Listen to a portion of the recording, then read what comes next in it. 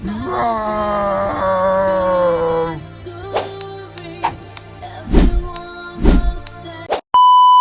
up mga taragis?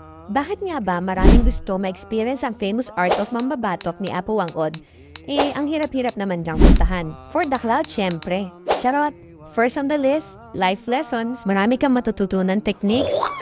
Knowledge pala. Nice. Get this stick for 100 pesos if you want to get the famous 3 dots tattoo. It has a thorn which you will use to get to ink with charcoal dust.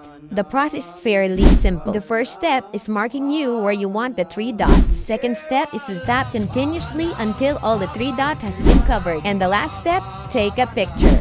Grabe, sobrang sakit, lalo na pag naiiwan yung tinig sa balat. Pro tip, much better if merong kang mapipisa para kahit papano, madistract ka sa sakit. Now is my boyfriend's turn. Kaso, bakit may extra service? Ano ba yan? Gusto ko lang naman magpatattoo. Porkit napakaganda kong lalaki, sinungkit-sungkit mo na Apo ang junior ko. Nahawakan na nga yung baston ko, pinagbayad pa ako sa tattoo.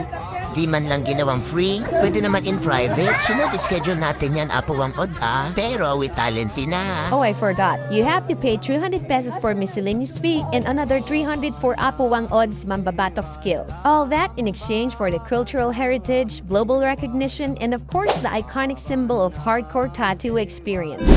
That's it. See ya!